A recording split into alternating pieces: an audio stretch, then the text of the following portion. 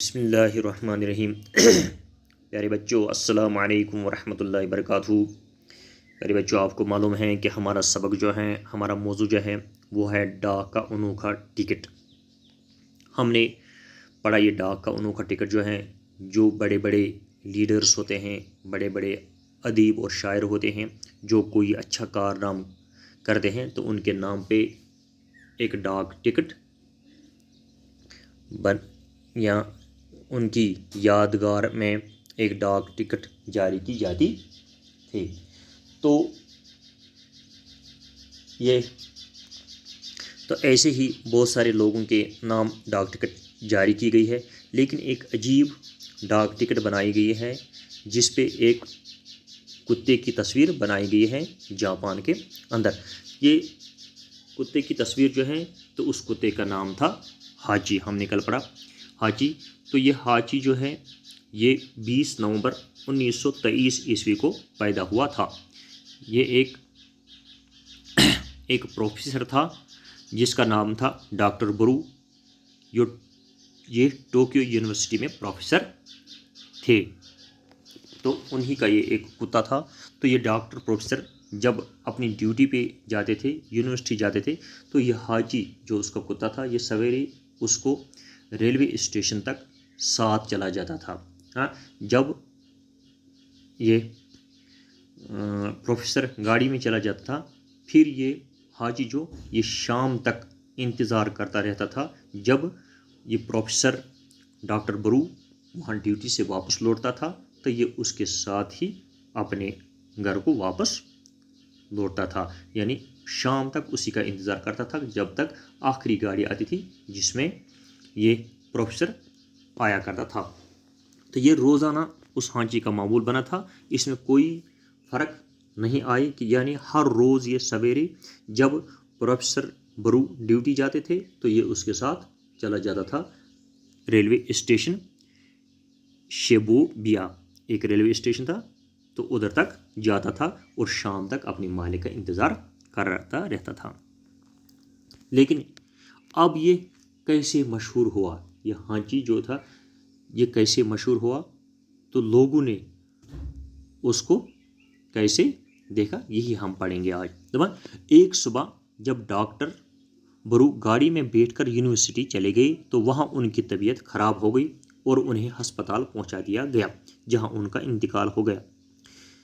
تو ہانچی اپنی عادت کے مطابق اسٹیشن پر بیٹھا رہا۔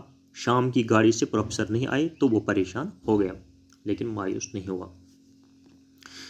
ایک دن کیا ہوا، یہ پروفیسر ڈاکٹر برو جب سویرے اپنے گاڑی میں بیٹھ کر یونیورسٹی چلے گئے تو وہاں ان کی طبیعت خراب ہو گئی، تو پھر انہیں ہسپتال میں ایڈمٹ کیا گیا۔ جب ان کی طبیعت خراب ہو گئی، یہ وہاں ڈیوٹی پہ بیمار پڑ گئے، تو ان کو کچھ لوگوں نے لیا ہسپتال اور یہ ہسپتال میں ایڈمٹ ہوا، لیکن ہسپتال کے اندر ہی اس کا انتقال ہوا۔ ہانچی اب یہ انتقال ہوا اس کا، یہ مر گیا۔ اب یہ ہانچی جو تھا، یہ کتا جو تھا، یہ اپنی عادت کے مطابق شام تک اس اسٹیشن پر بیٹھا رہا کہ شام کو مالک آ جائے گا، لیکن وہ وہاں بیمار پڑا تھا، وہ ہسپتال لیا گیا اور ہسپتال میں اس کی موت ہوئی۔ تو شام تک یہ انتظار کر رہا۔ شام کی گاڑی سے پروفیسر نہیں آئے تو وہ پریشان ہو گئے۔ شام کی گاڑی سے جب پروفیسر واپس نہیں آیا تو یہ ہانچی جو تھا یہ بہت پریشان ہوا، لیکن مایوس نہیں ہوا۔ وہ اسی طرح روزانہ صبح کے وقت اسٹیشن آتا اور شام کی گاڑی کے وقت تک بیٹھا انتظار کرتا رہا اور پھر منہ لٹکائے واپس آ جاتا۔ اب اس کا معمول بنا تھا یہ سویرے اب ہر روز سویرے اسٹیشن جاتا تھا اور شام تک، شام کی آخری گاڑی جب آتی تھی تو اپنے مالک کا انتظار کرتا رہتا تھا، کیونکہ اس کو پتہ ہے کہ مالک ڈیوٹی چلا گیا، اب واپس نہیں آیا۔ اس کو یہ معلوم نہیں تھا کہ اس کی طبیعت خراب ہو گئی، وہ مر گیا۔ لیکن یہ روزانہ اسی طرح اسٹیشن جاتا تھا اور شام تک آخری گاڑی کا انتظار کرتا رہتا۔ جب شام کو پروفیسر واپس نہیں لوٹتا تو یہ منہ لٹکائے واپس آ جاتا تھا۔ تو اسی طرح حاجی 7 سال تک روزانہ بلا ناگا اپنے مالک کو لینے کے لیے اسٹیشن جاتا رہا. تو اسی طرح کیا کیا اس نے کہ یہ اب بلا ناگا یعنی روزانہ کبھی اس نے چھٹی نہیں کی، یعنی 7 سال تک اسی طرح یہ روزانہ اسٹیشن تک جاتا رہا اور شام تک اپنے مالک کا انتظار کرتا رہتا. لیکن جب شام ہو جاتا تو یہ واپس آ جاتا تھا. لیکن روزانہ یہ 7 سال تک اس کا معمول تھا کہ روزانہ 7 سال تک یہ اسی طرح وہاں تک اسٹیشن تک جاتا رہا، اپنے مالک کا انتظار کرتے رہا. دھیرے دھیرے ہانچی کی شہرت بڑھتی گئی. دبا اس طرح سے اب لوگ سوچنے کہ دیکھو اس کا مالک وہ تو مر گئے، آج 5 سال ہو گئے، 7 سال ہو گئے. لیکن اب ہانچی کی شہرت بڑھتی گئی. ایک دن ایک اخبار کے نمائندے نے ہانچی کے بارے میں پوری معلومات حاصل کی. کہ اخبار نمائندے جو ہوتے ہیں تو یہ جرنلسٹ جو ہوتے ہیں، تو ایک دن ایک اخبار نمائندہ آیا، اس نے ہانچی کے بارے میں پوری معلومات حاصل کی، پوری جانکاری حاصل کی. اس نے اپنے اخبار میں ایک مفصل مضمون لکھا. مضمون کی سرخی تھی 7 سال تک مالک کا انتظار. اس نے اب کیا کیا، اس نے ایک اخبار میں مضمون لکھا کس کے متعلق، اس ہانچی کے متعلق. اس کی پوری ڈیٹیل لکھ. اس طرح ایک ہانچی کتا تھا، اس کا نام اس طرح ہانچی تھا. پھر پروفیسر کے بارے میں لکھا، ایک ڈاکٹر برو تھا، وہ ڈیوٹی جاتا تھا، کتا اس کے ساتھ اسٹیشن تک جاتا تھا، وہ شام تک اپنے مالک کا انتظار کرتا تھا. تو اس کی سرخی کی جو ہیڈنگ تھی، یہ مضمون جو اس نے لکھا، اس میں پوری ڈیٹیل اس نے لکھی ساری کہ پروفیسر کی پھر اس کتے کی. تو اس نے سرخی جو لکھی تھی اس کی ہیڈنگ تھی، اوپر لکھا ہوا تھا کہ 7 سال تک مالک کا انتظار، یعنی 7 سال تک مالک کا انتظار. تو لوگوں نے یہ پڑھا. اس مضمون کا چھپنا تھا کہ ہانچی کا نام ملک کے کونے کونے میں پہنچ گیا. تو جو ہی یہ مضمون اخبار میں چھپا، جو ہی لوگوں نے اخبار دیکھا، لوگوں نے یہ پڑھا، تو یہ ہانچی کا نام جو تھا یہ ملک کے کونے کونے تک پہنچ گیا. اور روز سینکڑوں جاپانی شیبوبیا اسٹیشن جانے لگے. اب روزانہ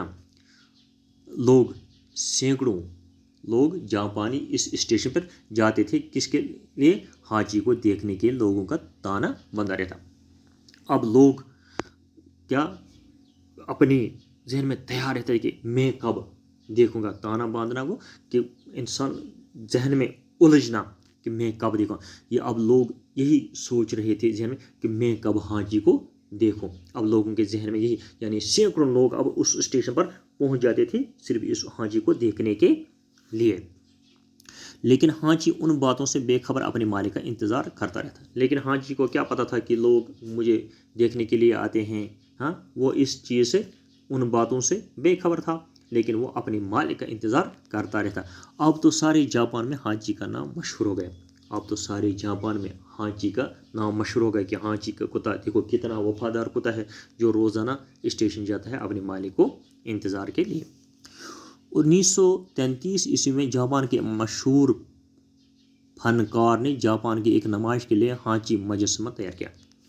تو پھر 1933 عیسوی میں جاپان کا ایک مشہور فنکار تھا جو مجسمہ تصویریں کھینچتا ہے، لوگوں کے فوٹو بناتا ہے، چیزوں کے فوٹو بناتا ہے.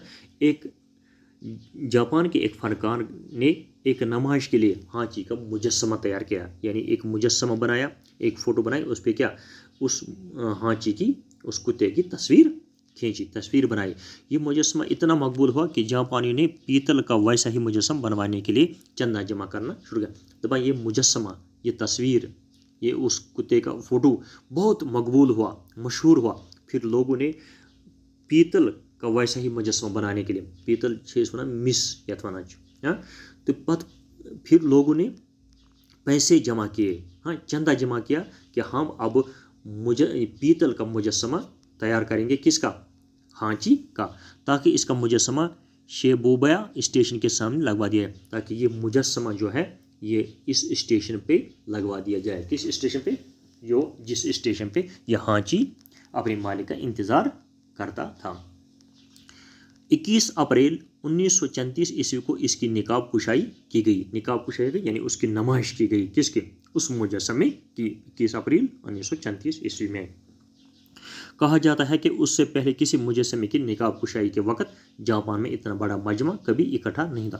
کہتے ہیں کہ اس سے پہلے بھی بہت سارے مجسمے جاپان کے اندر بنائے گئے تھے، لیکن جب بھی ان مجسموں کی نقاب کشی ہوتی تھی تو اتنا مجمع، جتنا مجمع اس ہانچی کی مجسمے پہ جمع ہوا، اتنا جمع کبھی وہاں اکٹھا نہیں ہوا تھا۔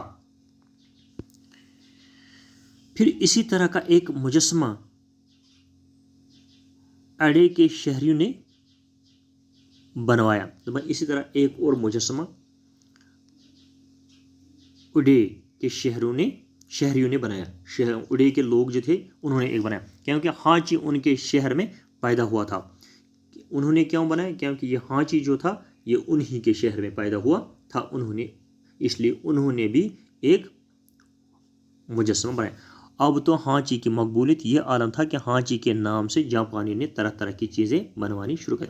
اب یہ ہانچی اتنا مشہور ہوا تھا، ہاں، تو جاپان میں اتنا کہ جاپان میں جو بھی چیزیں لوگوں نے بنائی، ہاں، یہ اب ہانچی کے نام سے بنائی جاتی تھی۔ یعنی ہانچی کے نام پہ کافی چیزیں انہوں نے پھر بنائی، ہے نا، کوئی مشہور چیز ہوتا ہے پھر دیکھتے ہیں کہ اس کے نام پہ کوئی چیز بنایا جاتا ہے، تو جاپان والوں نے اس کے نام پہ کافی چیزیں بنائی، یعنی ہانچی چاکلیٹ، ہانچی بسکٹ، ہانچی کھلونے، غرض بے شمار چیزیں اس کے نام پہ بنائی جانے لگی۔ یعنی پھر اس کے نام پہ ہانچی چاکلیٹ بنایا، ہانچی بسکٹ بنایا، ہانچی کھلونے بنائے، یعنی غرض بہت ساری چیزیں انہوں نے جاپان میں اس کے نام پہ بنائے۔ پھر اور کیا کیا لکھا ہے اس کے بارے میں، ہاں، جاپان کے اندر، اور اس کے متعلق، ہانچی کے متعلق کیا پھر جاپان والیوں نے کہا یا کون سی چیز اور بنائی، ہاں، سو وہ ہم کل انشاءاللہ پڑھیں گے۔ پھر اور اس کے علاوہ ہانچی کے متعلق کہ اس کے نام پہ کیا کیا چیز بنوائی گئی ہے۔